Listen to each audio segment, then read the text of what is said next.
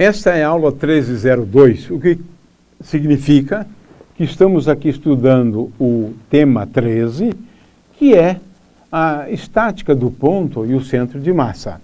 Esta aqui é a aula de número 2 do tema 13. E esta aula aborda esse assunto, o centro de massa. É também conhecido como centro de gravidade. Na verdade, muitas vezes, ele é mais conhecido como centro de gravidade. Ora, vamos utilizar às vezes centro de massa e às vezes centro de gravidade, mas estamos falando da mesma coisa. Arquimedes foi um grande estudioso do centro de massa. O centro de massa é um ponto sobre um corpo. É um ponto. Às vezes ele é fixo no corpo. Às vezes, quando o corpo muda de forma, como nós, quando andamos, o centro de massa muda de posição. Mas o movimento dos corpos, ele pode ser sempre decomposto em um movimento de translação do centro de massa, como está indicado aqui, né? Um movimento de translação do centro de massa e um movimento de rotação. Aqui estamos chamando a atenção para a rotação, para um movimento de rotação em torno do centro de massa.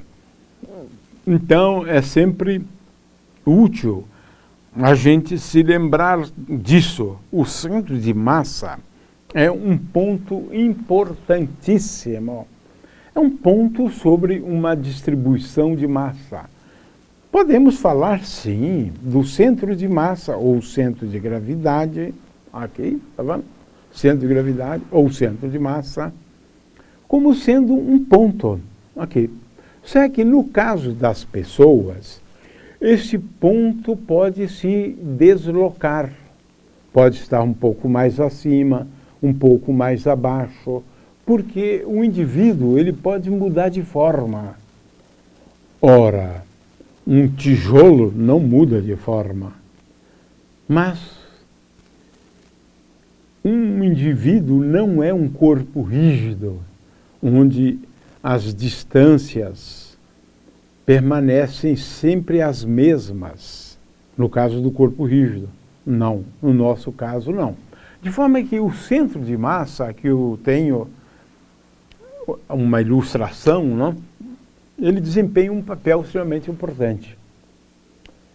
Em primeiro lugar, o centro de massa, ele se move de uma maneira muito simples, muito simples. A sua trajetória é uma parábola. Quando temos um indivíduo saltando de um trampolim, o centro de massa do indivíduo, veja, aqui, por exemplo, o centro de massa já está aqui. Fora do indivíduo, sim, isso é possível. Aqui, o centro de massa está aqui, né? Veja, a posição do centro de massa vai mudando. Mas, olhando só, ou olhando apenas o centro de massa, a trajetória é a parábola, porque o centro de massa é tal que ele se comporta como se todas as forças estivessem agindo sobre ele. É claro que este indivíduo, ele está em rotação, né? Em rotação em torno do centro de massa, de forma que aqui ele está vindo para cá, aqui esse pé está apontando para lá e assim por diante. Ele está em rotação. No entanto, se acompanharmos o movimento do centro de massa, vamos perceber que esse movimento é bastante simples. O problema é como determinamos o centro de massa. De duas formas. Teoricamente e experimentalmente. Porque nem sempre é fácil saber onde se localiza o centro de massa de uma placa como essa, né? Então, existe uma ferramenta chamada de cálculo que permite sempre determinar o centro de massa, em princípio, de um corpo, em termos de integrais. Mas esse não é o caso aqui, porque nós não temos essa ferramenta, não é?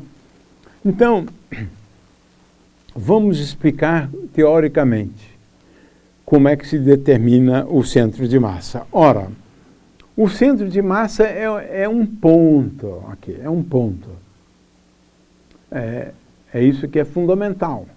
Aqui está o centro de massa, né? É um ponto P. E esse ponto P, ele é caracterizado pelo vetor posição R. E esse vetor posição R, se eu conheço as massas e onde elas estão, né? Porque é claro, cada uma das massas estão numa posição diferente, né? Veja, aqui eu tenho N massas, né? Esta aqui está numa posição R1, essa aqui está numa posição R2, essa aqui está numa posição R3, né? Sempre vetorialmente, claro, R2, R1, né? E aqui eu tenho uma massa, quero chamar a atenção para isso. Aqui eu tenho uma massa M1, aqui eu tenho uma massa M2, e aqui eu tenho uma massa M3, e assim por diante. Eu posso ter várias massas, né? De forma que x1 é a coordenada x de onde está a partícula de massa M1. x2 se relaciona com a massa M2. M3 e assim por diante, onde esse M que está aqui nesta equação, esse M aqui, na verdade esse M é a massa total, é a massa total, é a soma das massas, né? Esse M que está ali é a soma das massas, é a massa total. Então, se eu sei onde estão as partículas, eu sei as coordenadas de cada ponto onde estão as partículas. E a partir das coordenadas, eu posso calcular, né, a posição do centro de massa, que é o vetor R. E este vetor R, só para lembrar, né, esse vetor R, ele tem componentes, né, Rx, Ry e Rz, né? E aqui eu tenho a forma de determinar estas componentes. Em princípio, é alguma coisa que dá um pouco de trabalho, né? Mas se eu tenho um número pequeno de partículas, é fácil calcular o centro de massa, né? Agora, se pode provar, né, é que se eu tenho um corpo simétrico, né, como uma placa, mas poderia ser também um tijolo, né, um tijolo. Aqui eu tenho uma placa. Então, se eu tenho aqui os eixos de simetria que dividem a placa ao meio, né, então o centro de massa está num ponto, é um ponto do meio, na realidade, é essa a ideia, né? É o cruzamento de dois eixos de simetria. Então, se o corpo for simétrico, né, não é um bicho de 7 cabeças, né, determinar a posição do centro de massa de um corpo simétrico. Como é que devemos proceder, né? Vamos imaginar aqui, então, este corpo aqui, um tijolo, por exemplo, aqui está, né? Então, neste caso, o centro de massa está bem no meio.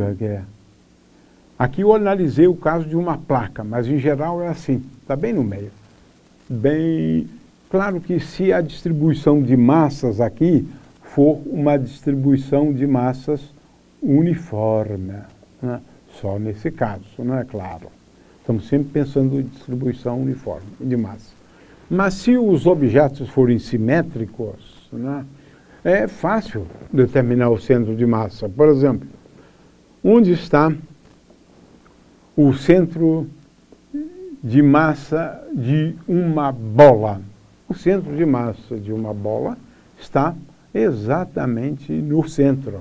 E se essa bola for preenchida com massa distribuída uniformemente, ela continua no centro. De forma que, em alguns casos, é fácil prever onde está o centro de massa. Eu tenho aqui exercíciozinho simples para o aluno dar um stop e para ele verificar, né, que para as massas dadas aqui nessa tabela aqui, né, e lembrando que a distância entre dois pontos desse quadradinho é 10 centímetros, né? Ele agora vai concluir, né, que o centro de massa tem coordenada x do centro de massa igual a 5,5, né? E tem uma coordenada y do centro de massa que é igual a 4,5. Ou seja, um probleminha, eu já dou a resposta aqui para ele. É claro que ele tem que levar em conta as massas, né, e a posição de cada uma delas. Agora, tem um método experimental, né, esse método foi proposto por ninguém menos do que Arquimedes, né? Há muito tempo atrás, milhares de anos atrás, né? Arquimedes, né? Como se faz? Eu vou pendurar esse corpo por um ponto. Agora vou tracejar, né, uma linha, porque isso é fundamental. Então vou tracejar uma linha aqui. E agora, por outro ponto, vou tracejar também esta linha. Aliás, eu vou desenhar a linha, não vou tracejá-la, né? De forma que o centro de massa ele fica exatamente no ponto de encontro destas duas linhas. Então, é um critério simples. Aqui eu tenho um outro exemplo, né? Primeiro pelo ponto A, agora eu tenho uma linha de fato tracejada. Pelo ponto B, outra linha tracejada, elas se encontram aqui. Aqui é o centro de massa. Se você considerar um ponto C, agora temos aqui a linha tracejada, veja que as três se encontram aqui. Este ponto é o centro de massa, agora, de uma placa, de uma superfície, né? Para um corpo rígido, nós não temos regras tão simples, né? O fato é que é sempre muito bom saber, né, onde está o centro de gravidade de um indivíduo. Já comentamos isto, né? E a gente vai ver como isso tem a ver com as questões de equilíbrio.